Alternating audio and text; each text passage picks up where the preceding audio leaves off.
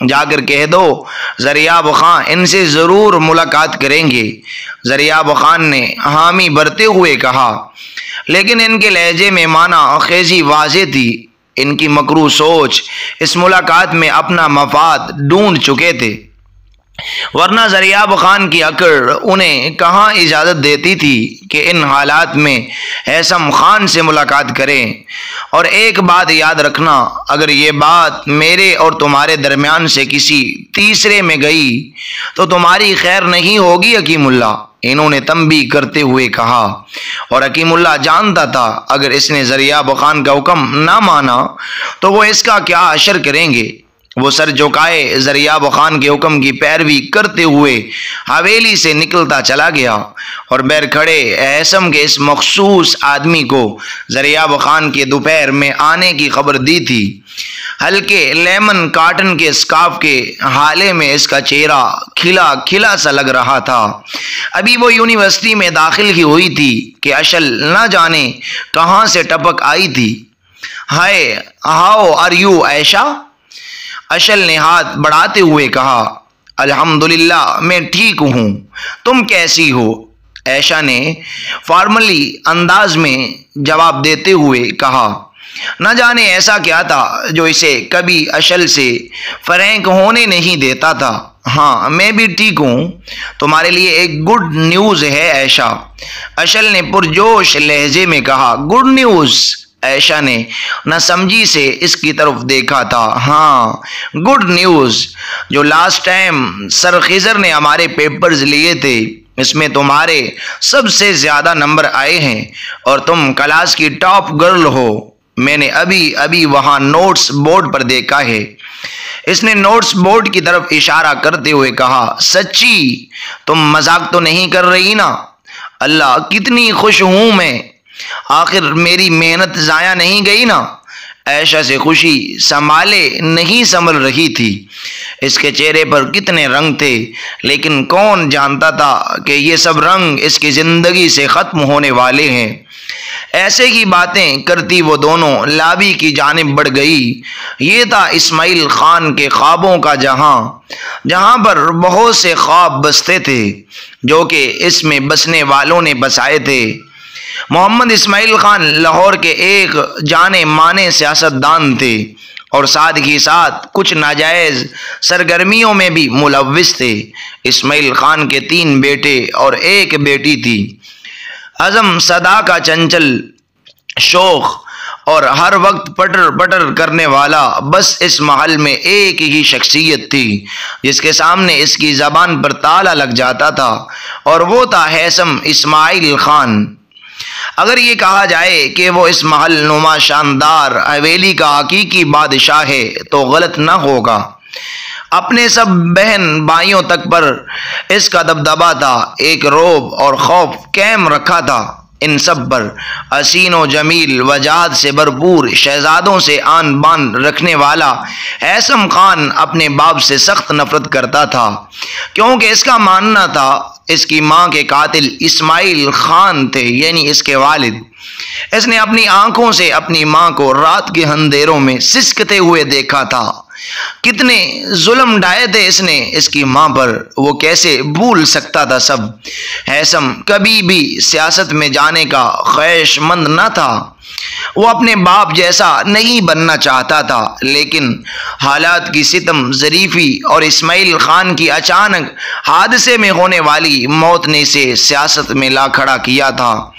لیکن اس نے اپنے باپ کی طرح کبھی ناانصافی نہیں کی تھی، کسی مظلوم پر ظلم نہیں کیا تھا، مگر ظالموں کو اس نے چھوڑا بھی نہیں تھا۔ ہیثم خان گھر پر کم ہی پایا جاتا تھا، زیادہ تر وہ اپنے ڈیرے پر ہی رہتا تھا، جبکہ زیان کا پسندیدہ مشغلہ کھانا اور صرف کھانا ہی تھا۔ اس کا ماننا تھا کہ وہ زندگی ہی کیا جس میں انسان کھانے کے لیے نہ جیے۔ اس کا شمار بھی انہی انسانوں میں ہوتا تھا جو کھانے کے لیے ہی اس روئے زمین پر زندہ تھے۔